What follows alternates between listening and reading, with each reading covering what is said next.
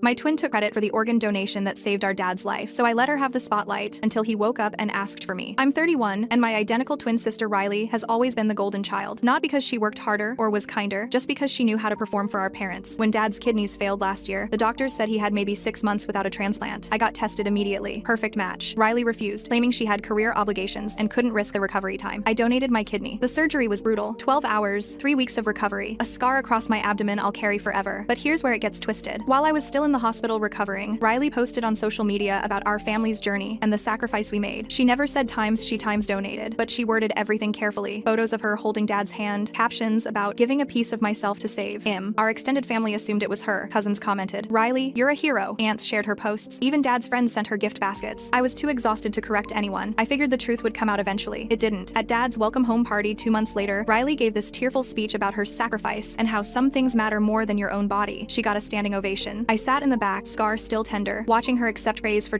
my times organ. Mom pulled me aside after and whispered, "Please don't make this about you. Your sister needs this confidence boost for her new job." I almost laughed. Last week, dad had a follow-up appointment. Standard check-in, but he wanted family there. Riley couldn't make it client meeting. I went. The doctor reviewed his charts and said, "Your daughter's kidney is functioning beautifully. She saved your life." Dad looked confused. "Riley couldn't come today." The doctor glanced at his file. "No, sir. The donor was." He checked the paperwork. "Your other daughter." Dad went pale. "What?" I didn't say anything. I just pulled up my shirt and showed him the scar. He stared at it for a long time. Then he looked at me. "You? This whole time?" I nodded. "And Riley?" "Riley didn't donate. She refused the test." His hands started shaking. "But the posts, everyone thinks." "I know. Why didn't you tell me?" "I figured you knew, or that it didn't matter who did it, as long as you were okay." Dad didn't speak the entire drive home. That night, he called a family meeting. Riley showed up late, still in her work blazer, looking annoyed. Dad didn't waste time. He stood up, looked directly at Riley, and said, "Why did you let everyone believe you saved my life?" Riley's face went white. "Dad, she showed me the scar today. The Times, real Times donor." The room went silent. Mom tried to interject, "This isn't the time," but Dad cut her off. "You didn't even get Times tested,